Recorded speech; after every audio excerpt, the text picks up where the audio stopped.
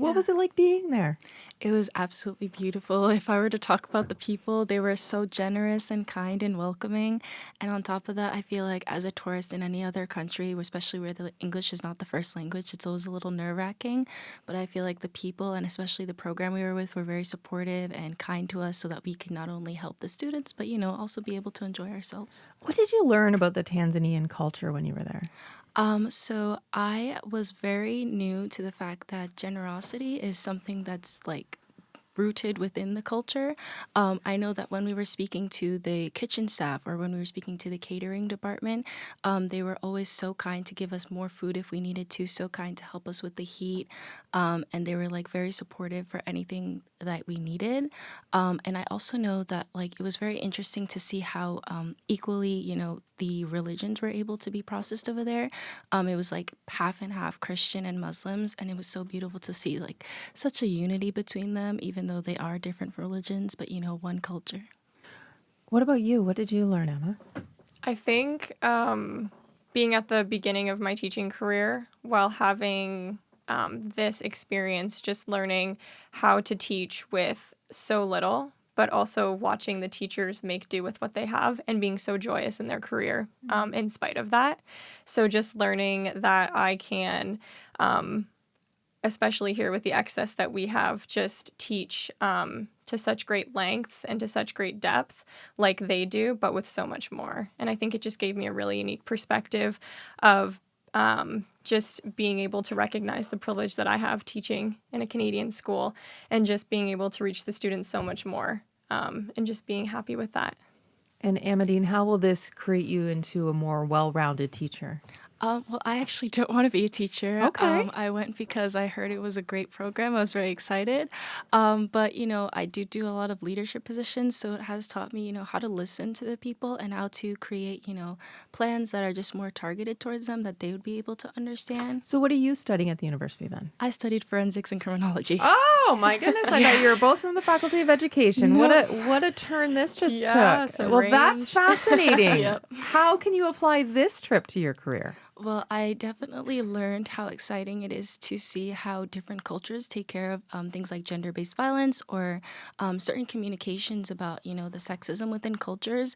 Not everyone is aware of how we treat it in like a first world country. So I feel like this has taught me how to like talk to people about this, how to make it understanding for them, and how to like just overall make sure that people don't know it's their fault when certain things happen, but to be more supportive and saying that, oh, you're never alone. There's always someone out there who could help you. What kind of response did you get from people? So they were children, so they were quite shy, especially when we were talking about dark topics. But there were a couple of times where we had a box where people could ask questions at the end. A lot of teachers and sometimes the students would ask, like, how can I respond to a certain situation? And fortunately, our head professor, Dr. B, was able to answer that. And then he encouraged us to make sure that we answered those in the lesson plans that we brought, especially when we were teaching about interpersonal relationships and gender-based violence. What was some of their questions? I don't know. It was usually go ahead. Yeah, I think a lot of them drew on personal experiences, just with things that they may have witnessed or even experienced in their communities. So just things like abuse or just certain topics like that in the realm of gender-based violence, without giving too much away, obviously. Yeah. But Yeah. Yeah. Was that a bit of a shock or a bit jarring for you to hear such young people talk about such dark topics? It was definitely jarring because the comfortability in which they asked their questions showed that some of them have experienced this quite personally. But I think what was good to know is that they were able to ask these questions, and we tried our best to, be able to help them and respond to that without, obviously meddling in their personal lives. And I imagine that gave you more tools in your toolkit when it comes to dealing with sensitive topics and students in a classroom. Yeah, exactly. I think just I really learned how to support the girls in where they were and how to just be able to be somebody that can support them and be a mentor and give them advice without obviously going beyond the scope of my culture. And it's just you don't want to go too far and then push something that they don't need to necessarily have information about. It's not like we're trying to say this is what we do in Canada and this is what you should do, but rather Yeah, you don't want to impose Yeah. your beliefs or your Yeah. system on somebody else, but you Exactly. want to, yeah, it's, be a mentor and be a supporter and just Yeah. be able to meet them where they are and give them comfort and provide just a window that they can feel comfortable sharing in. sounds like you guys taught them a lot, or gave them insight in life and life skills, but you also had some practicality. You packed, I understand, 90 kilograms, that's 200 pounds of school supplies. What did you Yes. take? Yeah, so it was quite the debacle in the airport, but we had around 30 hockey bags filled with different school supplies and hygiene products and menstruation products that we could give out to the girls and the teachers there that they may not have access to day to day otherwise. So we packed different things like pencils and erasers and binders and notebooks, but also soap and pads and toothbrushes, and one girl even got a huge donation of soccer supplies. So they had uniforms and soccer balls and cleats and things that they might not have access to or be able to purchase within like their budget. So just being able to hand those things out and see the smiles on their faces was such an amazing memory I'll never forget. Yeah, what was that like to be able to give them something that maybe we take for granted? It was really eye-opening, honestly. I think realizing the importance of a pencil in day-to-day school. I think a lot of that we just take for granted because you just open a drawer and it's there.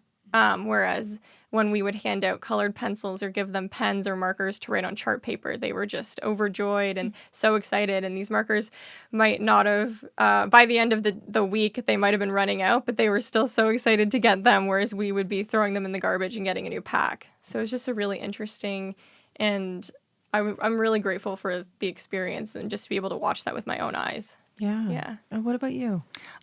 So we also were able to give out some sunscreen and soaps to an albinism program, and it's very interesting to see how they were able to, take these things that they actually need for daily living with such kindness and generosity, and it felt like really privileged to be able to give that to them because Albinism being a pigment disorder. Yes, exactly. So it was really a privilege to be able to give that to them because I know that whereas albinism is quite common in like North America where people like don't really get, stared at or, the stereotype of, being different. It's quite, a difference over in Tanzania. So being able to give that to them and then they don't have to go out as much. They don't have to face as much, stereotypes, stigmatisms, yeah. Exactly. They'd be able to, take care of themselves and, stay more in the like proper area of taking care of their own health. As you sort of, it's been a few days, but as you sort of reflect on everything, I guess, what sticks with you when someone says, how was it? I always find when you come back from these big life-changing trips and someone says, how was it? You're like, I'm not sure yet. I'll get back to you. Yeah. Is that how you feel? Yeah. It definitely took a lot of adjusting. I think Dr. Beckford, the professor at the university that went with us, he did a really good job of checking in with us once we were back and just holding spaces where we could reflect together, because I think that's really important because we all went through the same experience together. We all had different emotions, but in the grand scheme of things, we did go through it together. So being able to lean on each other as well as we're readjusting. Yeah. But yeah, when people ask me, how was it? I think immediately I just say the people were amazing. Yeah. I think like the joy and the gratitude and the people I will never forget. Yeah, you feel the same way. I agree. Absolutely. I was just really happy to be able to be in another African country where I could support the people and, make sure that they are living with such joy and gratitude that we're able to live when we help them, with the things that we have. So I'm just really happy to offer that to them and happy to experience that kind of experience. Yeah, and I'm really happy you guys came in. I know there's a bit of reverse culture shock that sort of happens when you come back, and Absolutely. it's hard to think you're articulating things right, but you guys did awesome. So thanks so thank much you for coming in. Emma Thwaites and Amandine Soho are both